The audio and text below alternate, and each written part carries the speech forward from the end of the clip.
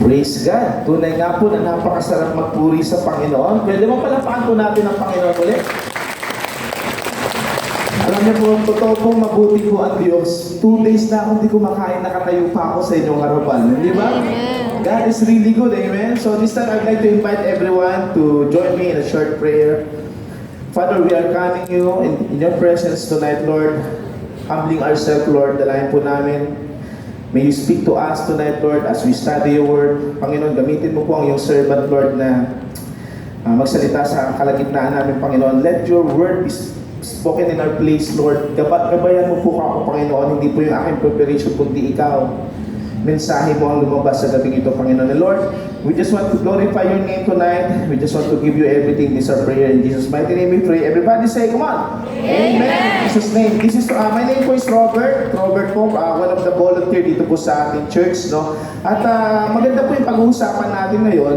Yan. Praying for the church to keep its first love. Wow, first love. Malayo pa yung Valentine's, bakit first love? Pero pag-usapan po natin yan, ano? So kung meron kayong Bible, mahaba-haba yan kasi, pero pwede nyo gawin mamaya, no? Basahin nyo sa Revelation chapter 2, verse 1 to 7. Yan. So yan yung ating context. Sige, bigyan ko kayo ng senaryo, no? So pray na tayo. Na-experience nyo na po ba? Yung pumunta kayo sa inyong opisina, may hinihintay kayong tawag. Tapos pagdating doon, alam mo na chinarge mo yung cellphone mo, sure ka. Chinarge mo yung cellphone mo, pero yung charger hindi mo kinabit sa outlet. Pagdating mo ng office, ano mangyayari? Ano yung cellphone nyo? Low bat, may hintay kang tawag. Di ba? Ano yung sabihin? Meron kang gadget, meron kang equipment, pero walang power. Naranasan nyo yun? Madalas na nangyari sa akin, ito maganda to. Naranasan ko to mismo sa MRT. Di ba, alam niyo yun, nakikinig ka ng music, may wired di ba? Hindi Bluetooth. So, syempre, pag may wire yun, sasaksak mo sa cellphone, makikinig ka ng music. Wow, sound trip, nakakatuwa. Nagulat ako yung katabi ko, kinakanta niya yung song ko. Sabi ko, ay, paano mo alam? Kasi lakas ng music mo, kuya. Buong MRT, dinig eh. Di ba? So, anong point nun? Walang sense. Hindi na-serve yung purpose. Kaya ka nag-headset, para ikaw lang exclusive mo marinig yung music mo, kaya lang sira eh. So walang purpose, no? Ito nakakatuwa to. Di ba? Meron ba kayong kilalang ganito? Yung pumunta ka ng gym. Pagdating mo sa gym, para syempre mag-workout ka, mag-exercise, nakita mo yung friends mo, tagal mo pang di nakikita, 2 years na. Nagkwentuhan kayo, 2 hours. Di ba? Sabi ko, di ba? Tapos selfie kayo, selfie.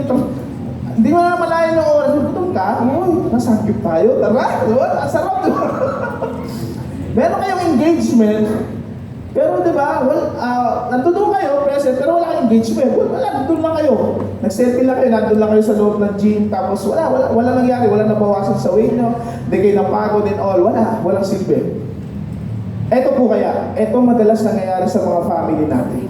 At nakakalungkot po, minsan kahit sa bahay, kaya sabi ko, pagkakain, sana walang cellphone, no? Yung kompleto naman kayo, nandiyan si nanay, nandiyan si tatay, si ate kuya. Pero yung isa nagsa-cellphone, yung isa naglalaro ng game, si tatay nagla-laptop. Tapos yung nanay nag-Netflix, Korean novela sa cellphone. Diba, buo kayong pamilya, pero wala kayong relationship. Sabi niyan, you're all living together without communication. Wala talaga.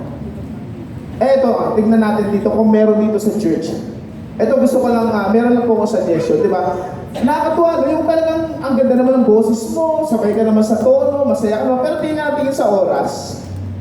Alam niyo yung mga exalt natin, some of them are working at night.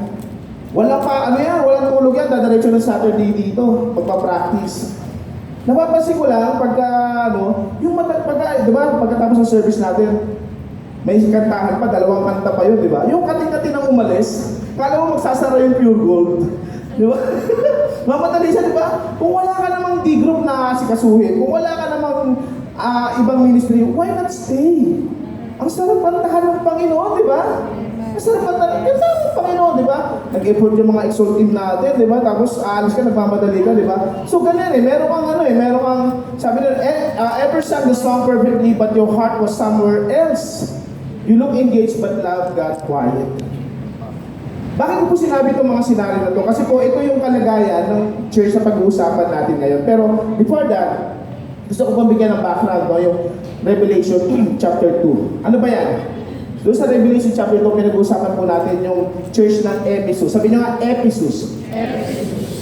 Isa-isahin po natin yung karakter nitong simbahan na to. Maganda siya. Sabi doon, ang background na by the way, sabi doon, itong Revelation na to, binigay kay Revelation, ibig sabihin, pangitain. Binigay siya kay Apostle John, no? Nung siya ay naka-exile doon sa island of Patmos. Sabi niyo nga, Patmos. Saan yung brother? Diyan lang sa may San Matete. Sa Turkey. Sa panahon natin ngayon, yan ay Turkey. Okay? So, ito yung prophecy ni Jesus Christ sa simbahan ng mga taga-Ephesian, ng mga taga-Ephesus. Di ba? Yan. Ang ganda kasi basahin nyo, sabi dito, Jesus commend the church for their hard work. Aba, mga volunteer to mga taga-Ephesus, kompletong ministry, mauhusay. Sabi dito, perseverance, rejection of false apostle, alam ko kung sinasabi mo tama o hindi. Yan. Sabi dito, endurance for His name, passionate mag-share ng gospel. Sabi dito, and their hatred of the practices of the Nicolaitans. Ano yung Nicolaitans? Hindi yan sa Cartoon Network. Nickelodeon yun. Okay Nicolaitans. Ito yung mga Christian nung araw. They were claiming that they were Christian, pero nagkakaroon sila ng practice ng immorality, yung mga sexual immorality. So, galit na galit ang mga taga-Ephesus dyan. Naku, hindi yan totoo. Galit na galit sila dyan. At doon, ina-appeal sila ng Panginoon. Ito yung gustong-gusto kong part. Sabi dito, pwede basahin natin, sabay-sabay. 1, 2, 3, go. They were doctrinally sound and morally disciplined. Nag-GLC to. Dumaan to kay Brother Limar. Sound doctrine, well-disciplined. Perfect church. Napaka-ideal.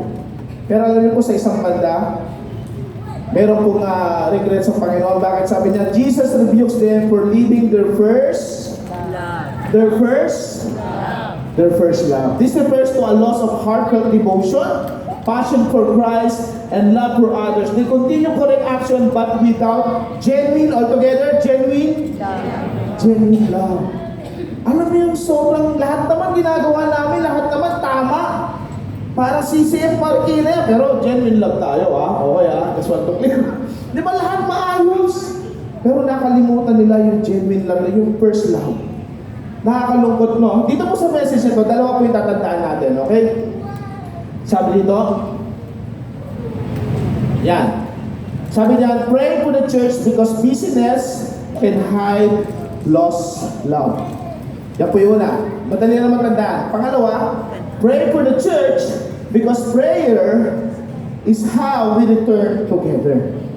Yan lang naman pag-usapan natin. So, una sa unang point natin, no? Pray for the church because busyness can hide lost love. Ito sabi sa 2 Corinthians chapter 11 verse 3. Sabi dito, but I am afraid that as the serpent deceived Eve, si Eva, dinisip daw ng serpent, by his trickery, your minds will be led astray from sincere and pure devotion to Christ. Ano ibig mo sabihin, Brother Robert? Ano sinasabi mo?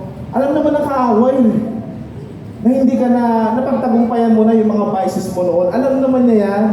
Alam naman niya yan na hindi ka na pwedeng alokin na kahit anong bisyo. Kasi nga tinagap mo na si Lord, di ba? You are Christian already, di ba? Amen? Amen.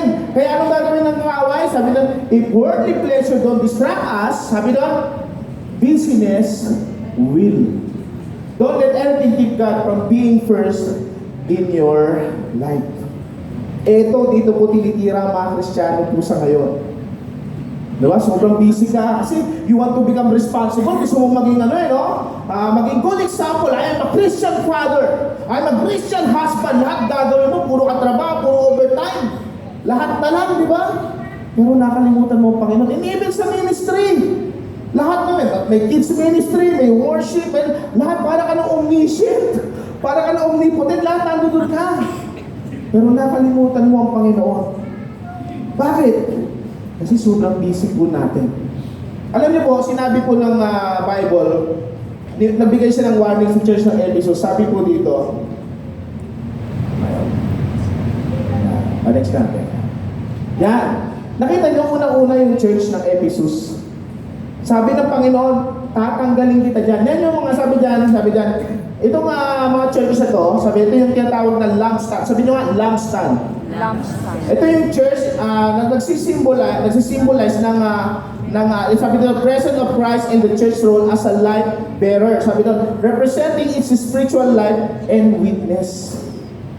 So makikita niyo po yan, no? Sabi ng Panginoon, dyan sa pito na yan, tatanggalin kita. Ang sakit noon. After all things that I've done, Lord, tatanggalin mo ako. Pagkatapos ko mag-serve sa iyo, Lord, tatanggalin mo to. Well, hindi naman ito pinag-uusapan dito yung salvation, no? As I research, hindi naman pinag-uusapan yung salvation yung tinatanggal dito. Pero yung representative niya as a good church, tatanggalin kita doon. Yun ang sabi ng Panginoon. In fact, na-perfect na sila, very idea. Bakit? Because they lost their first love. Nakakalungkot pong isipin, ano? Pangalawang point po ito, pray for the church because prayer is how we return together. Alam niyo yung first part, doon ko nagulat ako eh. Pwede pala mangyari yun na kahit nasa ministry ka, makalimutan mo ang Panginoon. So we have to check our objective. Bakit mo ginagawa yan? Para sa yung ginagawa mo? Napapapurihan ba yung ginagawan mo niya? And of course, yung ating pangalawang point, sabi dito, pray for the church because prayer is how we return together. Ito yung pag nalayo ka na sa Panginoon, trying hard ka na yun. Trying hard ka na. Sabi dun sa Bible, sa Ephesians chapter 1, verse 16 to 17, dito, pinakita dito kung paano pinagdadasal ni Paul ang mga church na kanyang establish noong araw. Paul prays for the church. Marami siyang church na ginawa. Alam natin yan, di ba? Ephesians, Corinthians, lahat ng mga church na nabanggit sa Bible.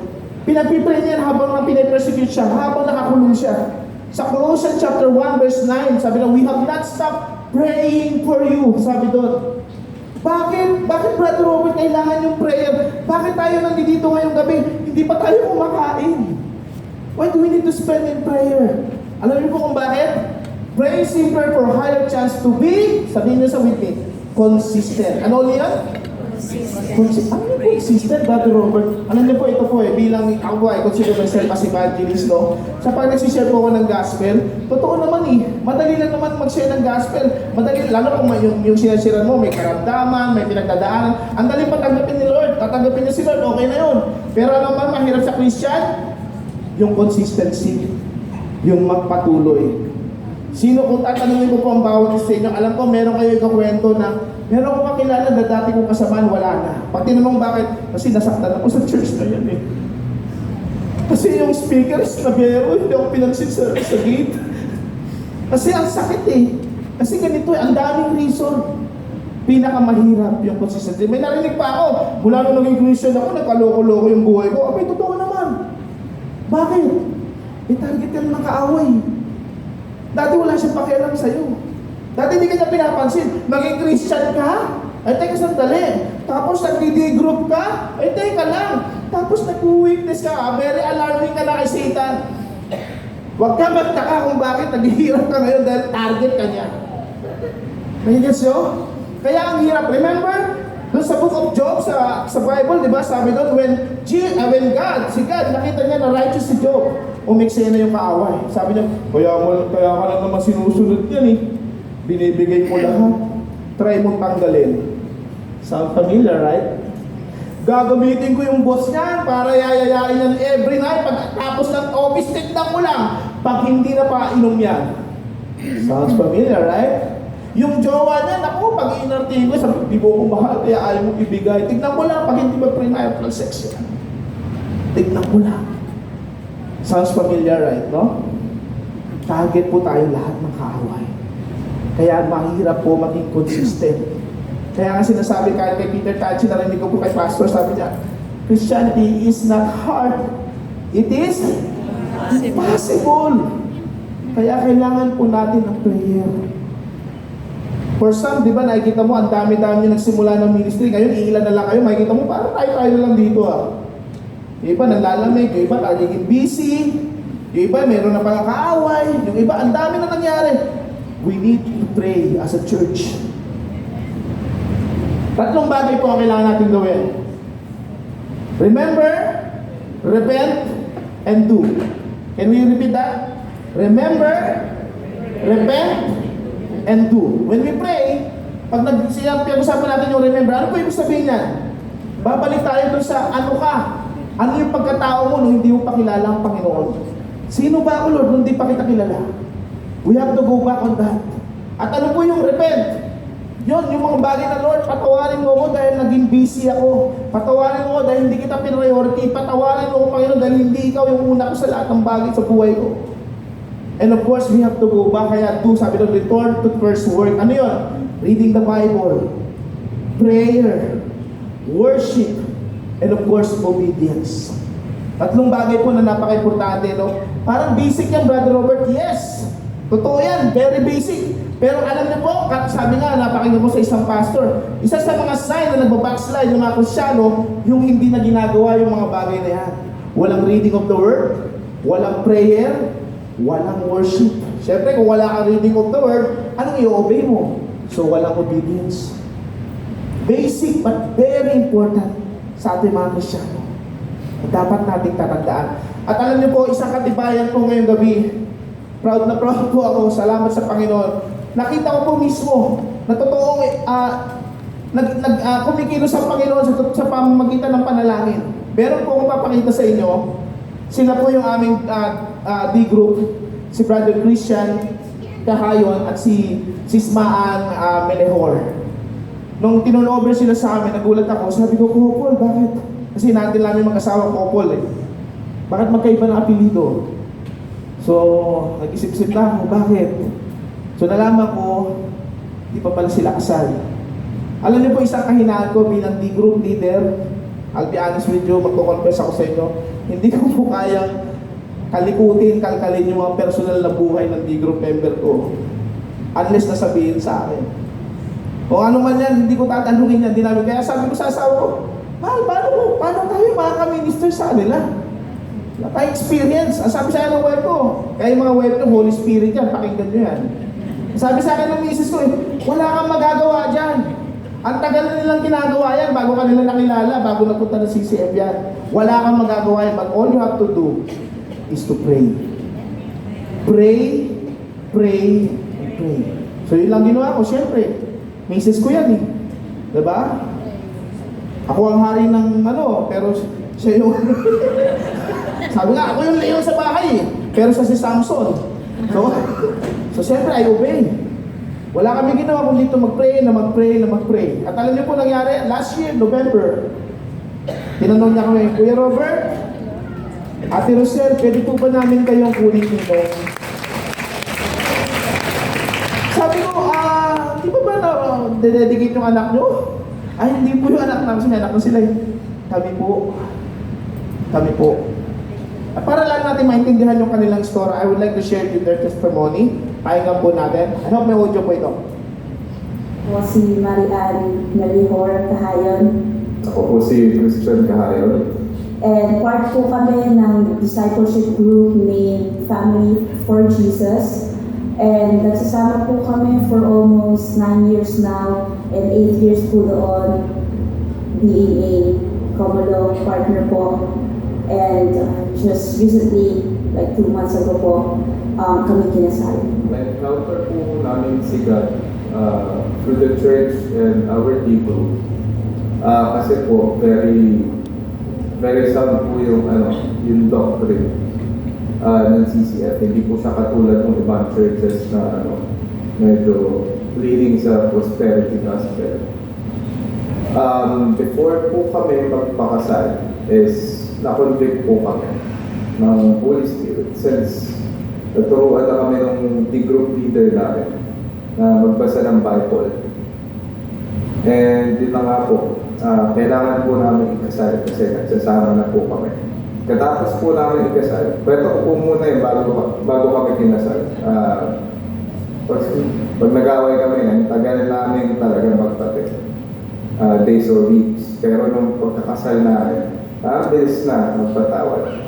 Tinutuloy po namin na napakalaking blessing po yung kay God. Kasi po, napaka-peaceful na po ng buhay namin, though may problems pa rin po. And we know God is with us in every season of our life. Yes. And yun na po, malaki po yung pinagbago namin, diba? Although, since nag-start po kami mag-church, nandun naman na po talaga yung Christ-likeness or yung Holy Spirit sa amin. But, mas, ang laki po talaga nung from before to now na pinsan na kami. Mas lalo po kami nag-iingat sa ginagawa namin sa araw-araw. And just for short encouragement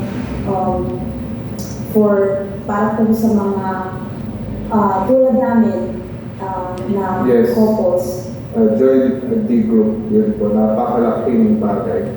And also for unmarried Couples na pakasal na rin kayo. Opo, kasi for me po kasi in order for us to honor and glorify God, we should obey first. Obedience ang number one po because yun po yung gusto na mangyari ng Diyos para sa atin.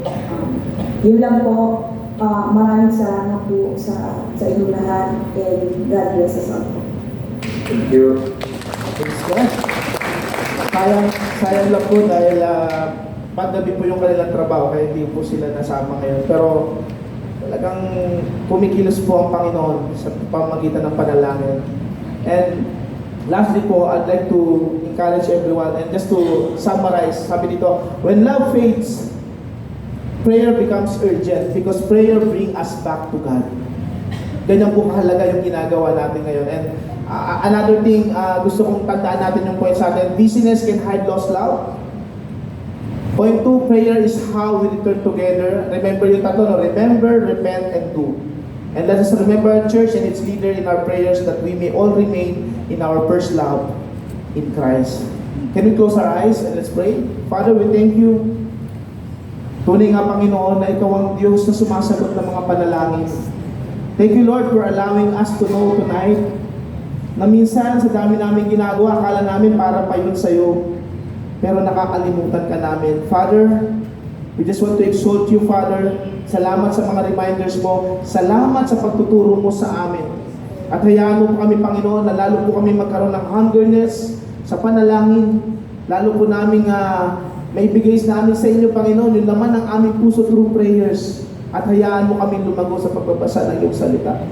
We thank you for tonight, Lord. We believe, Lord, that you bless us, every one of us, Lord, here in this place. Marami pong salamat, pinupuri ka namin. Ito po aming panalangin. In Jesus' name, everybody say, Amen. Misyonero ang prophet alay, Gospel of Jesus Christ. Sa bawat salita, puso mo'y